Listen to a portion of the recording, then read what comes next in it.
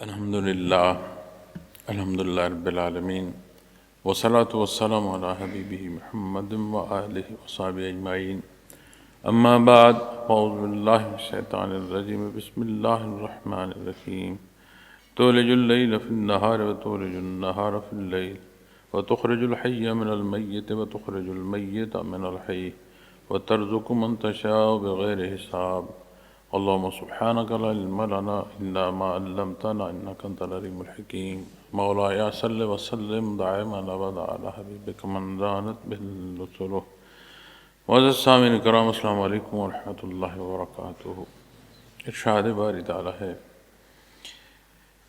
آپ ہی رات کو دن میں داخل کرتے ہیں اور دن کو رات میں داخل کرتے ہیں، اور آپ ہی بے جان سے جاندار کو پیدا کرتے ہیں، اور آپ ہی جاندار سے بے جان کو پیدا کرتے ہیں، اور آپ جسے چاہیں بے شمار رزق عطا فرماتے ہیں۔ قرآن کریم کی یہ آیات نبی کریم صلی اللہ علیہ وسلم کو اس پہلو سے ارشاد فرمائی گئی ہیں کہ یہ اقرار، یہ اظہار فرمایا جائے، اور ایسا فرمایا جائے کہ جس میں مخلوق خدا کے لیے بڑا واضح یہ جو پیغام ہے، اور یہ جو حق ہے، یہ جو دین ہے، یہ اللہ کا حکم ہے، پہنچے کہ واحد ذات ہے جو قادر مطلق ہے، باقی جو کچھ ہے وہ مخلوق ہے۔ اس سے پیشتر آیا کریمہ میں ارشاد فرمایا گیا کہ یہ جو بادشاہی ہے اس کا مالک وہی ہے، یہ اختیار جو ہے، چونکہ لفظ بادشاہی سے متعلق جب آپ بحث کریں گے تو اگر اسے سادہ معنوں میں بیان کیا جائے تو صاحب اختیار، اب کس درجے کا اختیار ہے اس ضمن میں ساتھ اس کی بادشاہت جو ہے اس کا اعلان ہوتا ہے۔ کسی کا اختیار ذات پر ہے، کسی کا اہل خانہ پر ہے، کسی کا محلے یا عزیزداروں میں ہوگا، اور کسی کا معاشرے کی کوئی حدود یا ممالک کی کوئی حدود، وہاں تک اختیار ہوگا۔ تو صاحب اختیار جو ہے اسے دنیا میں بادشاہت کے پہلوؤں میں دیکھا جاتا ہے۔ ذاتی حیثیت میں تجزیہ کریں یا مملکت کے پہلوؤں کو جانچیں، دونوں حیثیتوں میں جو صاحب اختیار ہے، اختیار اس کا ذاتی نہیں ہے، جو بنیادی بات، اور یہ بنیاد سمجھ آ جائے تو زندگی آسان ہو جاتی ہے۔ اس لیے کہ ہر بندہ جب ذاتی حیثیت میں اپنے معاملات کو دیکھتا ہے تو پھر اقرار یا انکار دونوں میں اس کی ذات وارد ہوتی ہے۔ مثلا میں نہیں مانتا، یا میں یہ شے یا یہ بات پسند کرتا ہوں۔ اب پسند و ناپسند، اقرار و انکار، کیا اس میں بنیاد کیا ہوئی؟ لفظ میں، یعنی اس نے ہر بات کا رخ اپنی طرف کیا۔ جب اللہ جل شانہ کے اختیار کی حقیقت اسے سمجھ آئے گی تو پھر بھلے وہ ذاتی حیثیت میں کوئی کام سر انجام دے رہا ہے یا معاشرے میں اس کی حیثیت ایک بادشاہ کی ہے کہ اس کے حکم پر مخلوق جو ہے وہ پابند ہے، وہ ہر دو پہلو میں یہ خیال رکھے گا کہ بات وہ ہو جو مالک کی ہے، جو اصل مالک ہے، جو کل مالک ہے، جو قادر مطلق ہے، اللہ کریم کی۔ پھر جو بھی وہ بات کہے گا یا سوچے گا اس میں بنیاد ذات نہیں ہوگی، ذات باری تعالیٰ ہوگی۔ تو یہاں جب یہ آیا کریمہ کا میں آپ کے سامنے ترجمہ عرض کر رہا ہوں تو میں نے عرض کیا کہ قرآن فرماتا ہے، اللہ کریم نے ارشاد فرمایا، لیکن آیا کریمہ میں جو ارشاد فرمایا گیا یہ نبی کریم صلی اللہ علیہ وسلم کی ذات اقدس کو اللہ کریم نے مخاطب فرمایا۔ اسی طرح پچھلی آیا کریمہ میں بھی ارشاد فرمایا گیا، قل اللہم مالک الملک، کہ کہہ دیجئے اے اللہ آپ مالک ہیں۔ اب یہاں بھی یہی ارشاد فرمایا گیا ہے، اور نشانیاں قدرت کی جو ہیں وہ بیان فرمائی گئی۔ اپنی زندگی میں وہ واقعات جن کی خواہش ہو، جن کی تمنا ہو، جن سے خائف ہوں، ایک تو ہے نا کسی شے کا چاہ جانا، ایک ہے کسی شے سے بچنا، تو جہاں وہ چاہت بڑی اہمیت رکھتی ہے وہاں خائف ہونا بھی انسان کو کسی شے سے ہٹاتا ہے. جہاں خواہش قریب کرتی ہے وہاں خائف ہونا دور ہونے کی جو کیفیت ہے وہ وارد کرتی ہے. تو اللہ کریم جب اپنی قدرت کا اظہار فرماتے ہیں، بیان فرماتے ہیں، اور قرآن کریم گرد و پیش کے جو حالات ہیں ان پر غور کرنے کی دعوت ارشاد فرماتا ہے.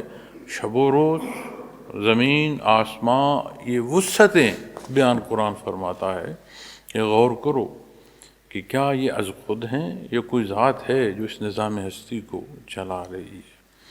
تو جب ہم اپنی اس کیفیت کو دیکھتے ہیں کہ جہاں چاہت کی بات آئے یا خائف ہونے کی بات آئے تو ہم مخصوص حصوں میں دیکھتے ہیں. بالعموم حصوں میں دیکھو تو جو خود ذات ہے یہ ہو، وہ پسند و ناپسند ہو، کسی شے سے محبت ہو یا کہیں خائف ہو، اس دنیا کو دیکھو، اس شب و روز کو دیکھو، کتنے ہی پہلو ہیں وہ مخصوص جو ہمارے دھیان میں ہیں ان کے علاوہ جن میں سے ہماری زندگی گزر رہی. یہاں تولج اللیل فی النہار و تولج النہار فی اللیل ارشاد فرمایا ہے، شب و روز بیان فرمایا. اب یہ جو تغیر ہے، یہ جو تبدل ہے شب و روز کا، بڑی عجیب اس میں پہلو. ایک کہ سورج کا جو طلوع و غروب ہے، یہ جو شب و روز تغیر ہے کہ دن آ گیا، دن چڑھایا، دن ڈھل گیا، رات آ گئی، گہری ہو گئی، پھر شفق پر جا بات پہنچی. تو یہ جو تغیر و تبدل ہے اس میں بھی تغیر ہے کہ سردی و گرمی کا جو موسم ہے کہیں رات طویل ہے اور دن جو ہے اس کی طوالت کم ہے رات کی نسبت. پھر موسم بدلتا ہے اور رات گھٹنا شروع ہو جاتی ہے اور دن بڑھنا شروع ہو جاتا ہے. تو فرمایا یہ اقرار ہے کہ یہ اللہ کا دست قدرت ہے، اس کا اظہار ہے. آپ ہی رات کو دن میں داخل کرتے ہیں اور دن کو رات میں داخل کرتے ہیں. ایک تو بنیادی طور پر رات اور دن کا آنا جانا ہو گیا، چونکہ سورج غروب نہ ہو تو پھر دن نہ ڈھلے، سورج طلوع نہ ہو تو رات اختتام پذیر نہ ہو. تو ایک تو وہ تغیر ہے. دوسرا دن میں رات اور رات میں دن کا داخل ہونا جو ہے اس کا دوسرا پہلو بھی ہے، اور وہ یہ ہے کہ یہ جو اوقات کی تقسیم ہے اس میں بھی بدل ہے.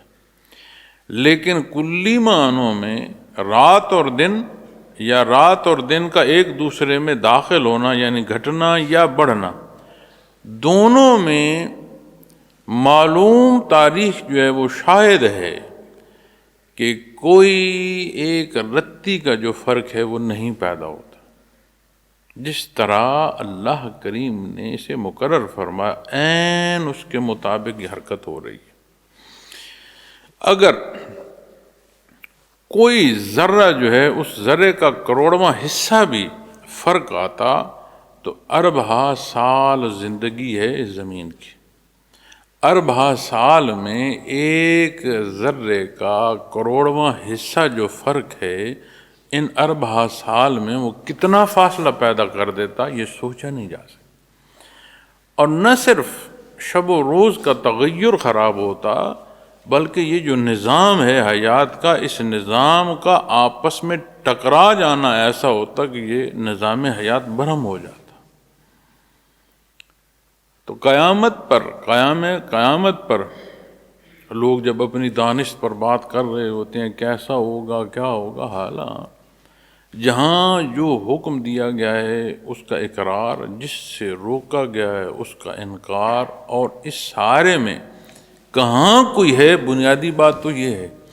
لیکن ضروریات دین جو ہم سے متعلق ہیں وہاں ان موضوعات کو دیکھنا اور ان کے مطابق اپنے آپ کو قائم کرنا، اپنے آپ کو اس پر پابند کرنا، بجائے اس کے کہ یہ سارا کچھ ہو ہم ان موضوعات پر بحث کرتے ہیں جو ہمارے متعلقہ نہیں، حیات سے متعلقہ ہیں، میرے سوال سے متعلقہ نہیں ہے کہ جس چیز کا میں مکلف ہوں اس سے متعلقہ نہیں.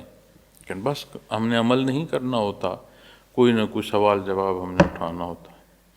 تو اسی طرح جب قیامت کی بات آتی ہے تو قرآن کریم نے بھی مثال پہاڑوں کی بھی دی ہے کہ اعتراض کرنے والوں نے پہاڑوں سے متعلق بھی سوال کیا کہ جب یہ سطح ہموار ہو جائے تو پہاڑ کہاں جائیں گے؟ تو فرمایا گیا کہ جو دھکی ہوئی روئی ہے اس کی طرح اڑتے پھریں گے، کسی شے کا وجود نہیں رہے۔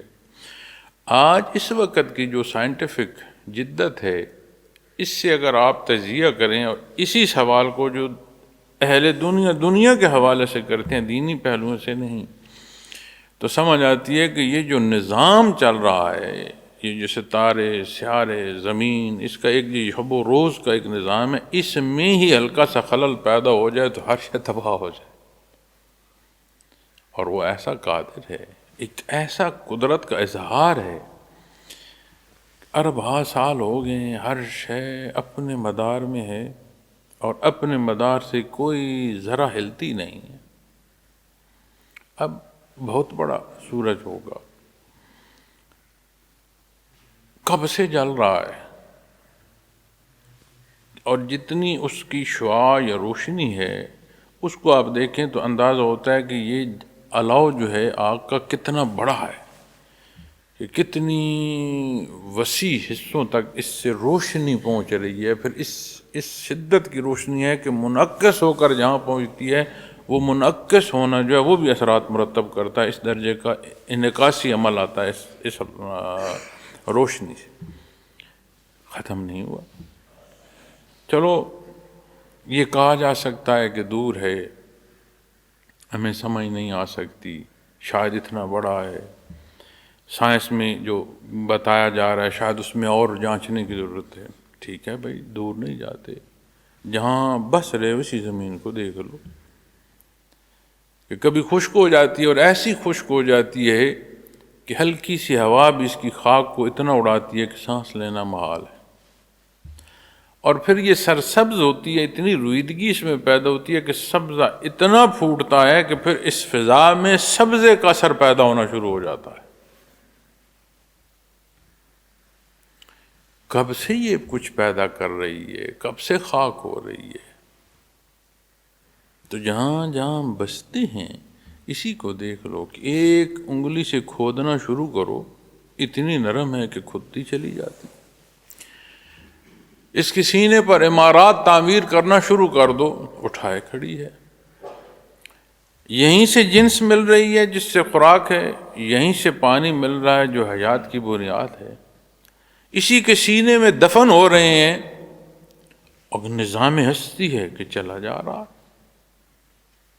نہ یہ گھٹ رہی ہے نہ یہ بڑھ رہی ہے، اسی میں سے پیدائش ہے، اسی میں سے خوراک ہے، اسی میں واپس فنا ہے۔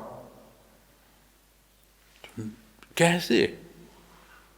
تو غور کیا جائے تو ہر شے اللہ کریم کی جو قدرت ہے اس کی شہادت دیتی ہے۔ تو رات اور دن کو ہم بالعموم جو ہے وہ کبھی نہیں کسی نے غور کیا کہ رات ہے یا دن۔ رات اور دن کو اپنے امور کے مطابق غور کرتے ہیں، فی نفس ذات رات اور دن پر کوئی نہیں سوچتا، کہاں سونا ہے، کب سونا ہے، شام کی کوئی مصروفیت ہے یا نہیں ہے، صبح کب اٹھنا ہے، کہاں جانا ہے، دن بھر کی مصروفیات کیا ہیں۔ اپنی نسبت سے ہم ان پہلوؤں کو دیکھتے ہیں، لیکن رات اور دن جو ہے اس کا جائزہ تو لو، کیا یہ عمومی بات ہے؟ تو یہاں ارشاد فرمایا گیا ہے کہ وہ ایسا غفور الرحیم ہے کہ رات کو دن میں داخل کرتا ہے اور دن کو رات میں داخل کرتا ہے۔ غور تو کرو، تمہیں سمجھ لگے کہ یہ عمومی بات تو نہیں ہے، یہ تو اللہ کی قدرت کا اظہار ہے۔ پھر فرمایا وَتُخْرِجُ الْحَيَّ مِنَ الْمَيِّتِ، اور آپ ہی بے جان سے جاندار کو پیدا کرتے۔ اب جاندار سے بے جان ہونا، یہاں تک جو بالعموم شعور ہے انسانی وہ سمجھ پاتا ہے کہ ایک شے جو ہے وہ زندہ تھی مردہ ہو گئی۔ چونکہ جب یہ خود جائزہ لیتا ہے تو خود اپنی حیات کا تجزیہ کرتا ہے، زندہ ہے، پھر موت وارد ہوتی ہے، بے جان ہو جاتا ہے، یہ اسے سمجھ آتی۔ لیکن جو بے جان ہو چکا ہے، جس پر موت وارد ہو چکی ہے، اس کا واپس حیات میں آنا، یہ انسانی شعور کا کوئی تجزیہ اس کا پہلو جو ہے اس پہلو کا ادراک نہیں کر سکتا۔ اب یہاں اظہار فرمایا جا رہا ہے قدرت کا کہ بے جان سے جاندار کو پیدا کرتا ہے۔ اب آخری سوچ جو ہماری یہ سمجھ ہے کہ جاندار سے بے جان ہو جاتا ہے، لیکن اللہ کریم خالق ہے، رب العالمین ہے، پالنہار ہے، ہر شے اس کی مخلوق ہے، وہ پیدا فرماتا ہے اس کو۔ تو وہ جو بے جان ہے اس کا بے جان ہونا بھی اس کے حکم سے ہے، اور جو جاندار ہے اس کا جاندار ہونا بھی اس کے حکم سے ہے۔ تو بے جان سے جاندار ہونا کیا یہ اس کا حکم نہیں ہے؟ ایک پانی کا قطرہ ہے اور اس سے وہ انسان کو پیدا فرماتا ہے، اور کتنی اس کی چاہتے ہیں، کتنی اس کی پسندیں ہیں، کتنی نزاکت ہے، کتنا وہ متحرک ہے، کتنا اس کا شعور ہے، دیکھتا کیسے ہے، سنتا کیسے۔ آپ صرف دیکھنے کو غور کرو کہ آپ کا جو دیکھنا ہے نا، اس دیکھنے یدرکہ الابصار، قرآن فرماتا ہے اللہ اس نظر کو بھی جانتا ہے۔ کیوں؟ کیا یہ نگاہ جو دیکھ رہی ہے اس میں حیا ہے یا بے حیائی ہے؟ اس میں پیار ہے یا نفرت ہے؟ اس میں شفقت ہے یا متشدد پہلو ہے؟ تو صرف دیکھنے ہی کے اتنے پہلو ہیں محترم سامعین کرام، آپ غور فرمائیں، بندہ حیران رہ جائے۔ اور ایک پانی کا قطرہ جو ہے اس سے اللہ کریم نے وہ مخلوق پیدا فرمائی جس جیسی کوئی مخلوق ہے، اور عالم خلق میں خلق کا رخ اس ایک مخلوق کی طرف کر دیا جسے بے جان پانی کے قطرے سے پیدا کیا، اسے ایسی جان عطا فرمائی۔ سمع و بصر دیکھو، اس کے قلب اور اس کے قلب کی کیفیات اور حال جو قرآن و حدیث میں بیان فرمائی ہیں انہیں دیکھو، اور اس فرمان کے تحت اپنا جائزہ لو، اپنی سوچوں کو دیکھو، اپنے جو پیش آنے والے حالات ہیں ان کا جائزہ لو، بندہ حیران ہو جاتا۔ اور کتنی ایک الگ تخلیق ہے، کیا کیا ایسے رشتے دیے ہیں، کیا کیا ایسے درد دیے ہیں، کن کن پہلوؤں سے اسے نوازا ہے۔ اور جب ملک الموت وارد ہوتا ہے نا اور روح قبض ہوتی ہے، نام کوئی نہیں رہتا، انسان تو کجا جو رشتہ ہے، باپ بیٹا بہن بھائی ماں، کہتے ہیں میت، جنازہ اٹھایا جائے، میت کو دفنایا جائے، کیسی جان دی بے جان سے۔ اور اللہ معاف فرمائے جو تجاوز میں گیا اس نے سینہ ٹھونکا کہ ہوں ہی میں اور ہے کچھ نہیں، حکم آیا خاک ہو گیا۔ خشک بیج دیکھتے ہیں ہمیں اس کی خشکی لگتی ہے کہ اتنا سخت بیج ہے، چبایا بھی نہیں جا سکتا۔ زمین کے سینے میں سینچتے ہیں، کتنے خوبصورت درخت بنتے ہیں، پودے بنتے ہیں، پھلدار درخت بنتے ہیں، کتنی خوبصورت رنگوں کی رعنائیاں اور خوشبوئیں اور مہک جو ہے وہ فضا میں پہنچتی ہے، کیسے کیسے رنگ و خوشبو اور مہک پیدا ہو جاتی ہے۔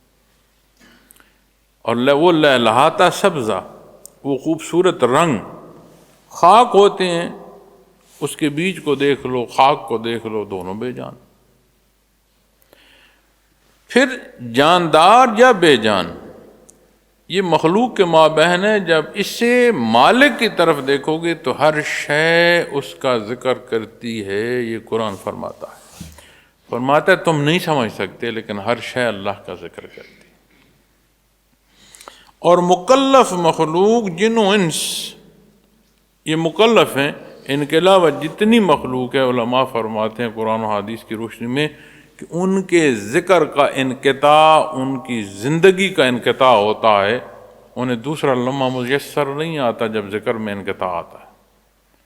اللہ کی عبادت سے ایک لحظے کا ہٹنا ان کی زندگی کا اختتام ہے تمام مخلوق کا، سوائے یہ جو مکلف مخلوق۔ اس لیے کہ اس مکلف مخلوق کا حساب قیامت کے دن ہوگا، اس کے پاس روح قبض ہونے تک فرصت ہے، اور اسے ہی بتایا جا رہا ہے جسے یہ شعور دیا ہے کہ تجھے فیصلہ دیا ہے، شعور دیا ہے، پھر فیصلہ کرنے کے اللہ کریم نے جو موقع عطا فرمایا ہے۔ پھر شعور تب تک کارآمد نہیں ہوتا کہ جب تک گرد و پیش ایسے معاملات یا ایسے مراحل نہ ہوں جہاں شعور کو آپ کام میں لا سکیں یا شعور کا استعمال ہو سکے۔ تو اس نے حیات ایسی بکھیری کہ ہر پہلو جو ہے وہ عجیب پہلوؤں میں شہادت دیتا۔ پھر جسے نہیں سمجھ رہے، پیدا ہوئے ہوش سنبھالا ہے، ہوش کھونے اور پھر موت تک شب و روز چل رہا ہے، نہیں میاں یہ اللہ کا حکم ہے، اس پر غور کرو تو میں سمجھ آ جائے۔ پھر جب تخلیق کی بات فرمائی تو تخلیق میں آپ ایک بیج کو لیں، پھلدار درخت بنتا ہے، اسی پھل میں اس کا بیج پیدا ہوتا ہے جو بے جان ہوتا ہے، وہ سارا درخت ختم ہو جائے، پودا ختم ہو جائے، وہ پھل ختم ہو جائے، اس ایک بیج جو بے جان ہے اسے واپس زمین میں بو دو، اس کا اپنا موقع، اس کی اپنی زمین، اس کی رویدگی، اس کا موسم، اس کے لیے کتنی تراوٹ، سارے ضابطے اور اصول ہیں اور اسباب ہیں، اور جو مالک نے سبب دیے ہیں انہیں اختیار کرو، وہی بے جان جو بیج ہے وہ پھل بن جائے گا، پھلدار درخت بن جائے گا۔ پرندہ، اس کی چہک، اس کی اڑان، کتنا فضاؤں میں ہم دیکھتے ہیں۔ انڈا جو ہے وہ بے جان ہے، اس کا ایک نظم اس نے پیدا فرمایا، اس نظم سے گزرتا ہے، اس بے جان سے جاندار پیدا ہو جاتا ہے۔ تو مسلمانوں کا یہ جو صاحب ایمان ہے، یہ ہونا بہت بڑا اللہ کا احسان ہے۔ اسے ہر سوال کا جواب مل رہا ہے، اس کی ہر ضرورت کی اسے رہنمائی مل رہی ہے، اور ضرورت اپنی پوری کرتا ہے، اللہ اسے عبادت کا درجہ بھی دیتا ہے، اس کی ضروریات بھی پوری فرماتا ہے، اسے اجر اور ثواب بھی عطا فرماتا ہے، اور اسے ہمیشگی کی جو زندگی ہے اس کا انعام عطا فرماتا ہے کہ تو آسائش میں رہے گا، ایسا تو رہے گا کہ تیری کوئی خواہش نہیں رہے گی، کوئی خوف نہیں رہے گا۔ تو یہاں ہم دنیا میں جہاں رہتی ہیں، ہم اس کو ایسے چمٹے ہوئے ہیں کہ چھوڑنا ہم نے نہیں ہے، ملک الموت نے آنا ہے، اللہ کا حکم ہے، زبردستی فرشتے اٹھائیں، ہم نے اس زمین کو نہیں چھوڑنا، ہم نے اس طرح اس کو جفا ڈالا ہے۔ وہ کون رہا ہے بھائی، ہم رہ جائیں گے۔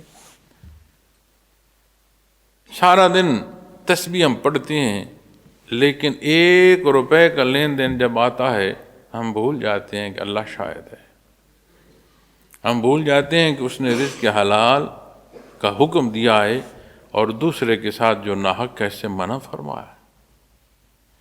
ہم گفتگو کرتے ہیں تو ذات ہوتی ہے، بھلے وہ نیکی کے پہلوؤں میں ہو، بھلے وہ حیثیت کے پہلوؤں میں ہو۔ تو آپ غور فرمائیں نا، ہم کس طرح ہم نے جفا ڈالا ہوا اس دنیا کو کہ ہم ہی ہیں، ایسے ہی ہو جیسا میں چاہتا ہوں، نہیں ہوتا ایسا۔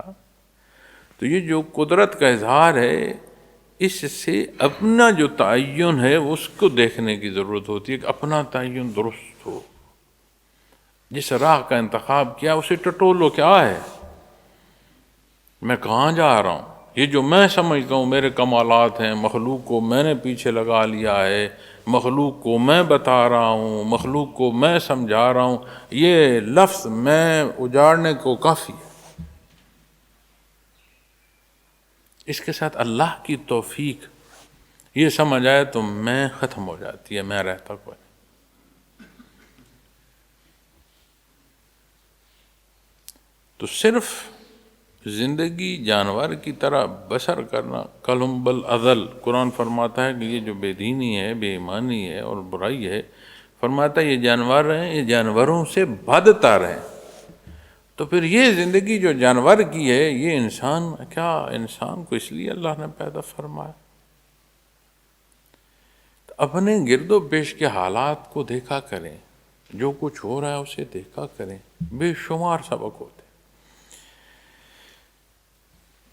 خزانوں کا انبار لیے بنی اسرائیل کا وہ شخص جو تکبر سے نکلا اور گرد و پیش کے لوگوں نے کہا کہ کتنی دولت ہے، کاش ہمارے پاس بھی ایسے ہوتی، اسے شکرانے کا فرمایا گیا۔ قرآن فرماتا ہے وہ بدبخت کہتا ہے کہ اللہ نے نہیں، میرے عقل کی کمائی ہے۔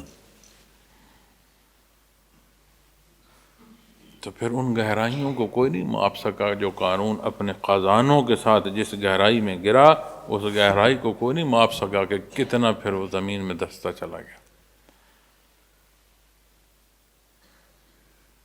تو ہماری حیثیت کیا ہے اگر ہم غور فرمائیں تو بڑے حیثیتوں میں بھی بڑی چھوٹی چھوٹی ہماری حیثیتیں ہیں۔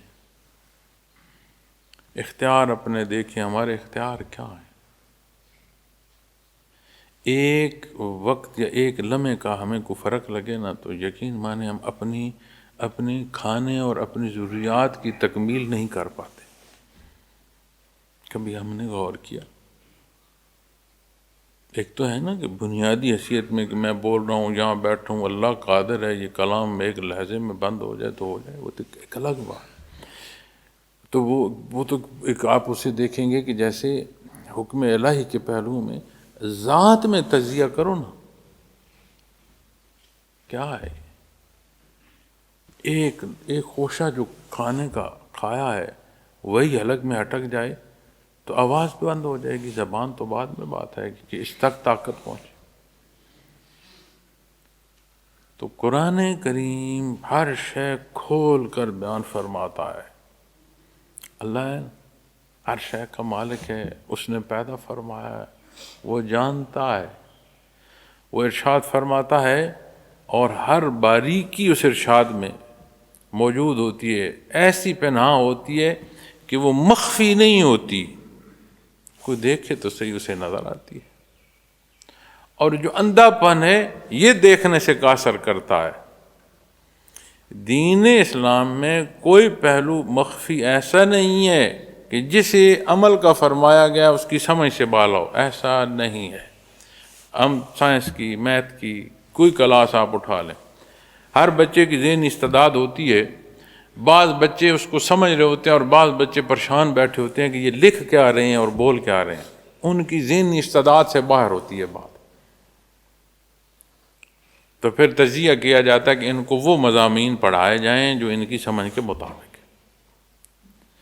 لیکن حضرت انسان کو جو حکم دیا گیا ہے وہ مطابقت رکھتا ہے اس کی استطاعت سے، ہر پہلو سے۔ اس کا انکار واقعتاً اس کا انکار ہے، یہ نہیں ہے کہ وہ مجبوراً انکار کر رہا ہے۔ تو جاندار سے بے جان کو پیدا کرتے ہیں، فرمایا وَتَرْزُقُ مَن تَشَاءُ بِغَيْرِ حساب، آپ جسے چاہیں بے شمار رزق عطا کرتے ہیں، آپ جسے چاہیں بے شمار رزق عطا کرتے ہیں۔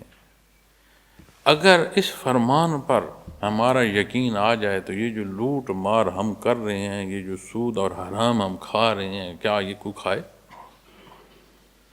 تو یہ جو دوسرے کا حق ہم چھینتے ہیں، دوسرے کی شے یا چیزیں اٹھاتے ہیں، اس کا کیا مطلب؟ اس کا مطلب ہے کہ میں نے اپنی طاقت، اپنے شعور، اپنے قوت بازو سے ہر شے جمع کرنی ہے۔ تو قرآن کیا فرماتا ہے؟ فرماتا ہے وَتَرْزُقُ مَن تَشَاءُ بِغَيْرِ حساب، جسے چاہیں آپ، جسے چاہیں، کوئی پابند نہیں ہے کہ کسے دے، جسے چاہے وہ جتنا دے، وہ مالک ہے۔ اب یہ سمجھ آ جائے تو زندگی کتنی آسان ہو جائے۔ دیکھیں ہم نے حاصل وہی کرنا ہے جو ہمارا حصہ ہے، جو اس نے مقرر فرمایا۔ یہ جو دل جلتے رہتے ہیں نا، بندہ اندر اندر کڑتا اور سڑتا رہتا ہے، وہ کیوں نہیں ہے، یہ کیوں نہیں ہے، وہ مکلف ہے ظاہر کا، دنیا میں مکلف ہے ظاہر کا، اسباب کا، اپنی استطاعت کے مطابق اسباب و وسائل اختیار کرے پھر انحصار اللہ پر کرے.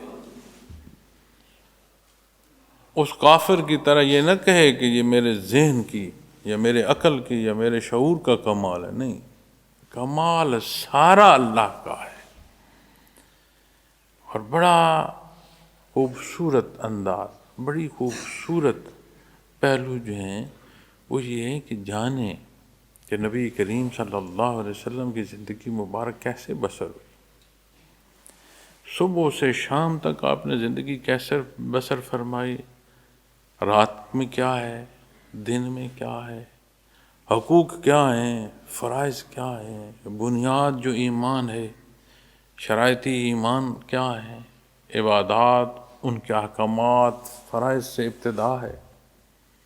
پھر بات معاملات تک آتی ہے تو کیا ہماری تسبیحات، ہماری یہ جو غلط روش ہے اس کا افزانہ ہوگی کہ میں دن بھر لوگوں کو تکلیف دوں اور شام کو بیٹھ جاؤں کہ نہیں میں استغفار پڑھ لوں گا حساب برابر ہو جائے. تو کیا وہ دلوں کا حال نہیں جانتا کہ یہ استغفار کر رہا ہے یا میرے ساتھ حساب کر رہا ہے؟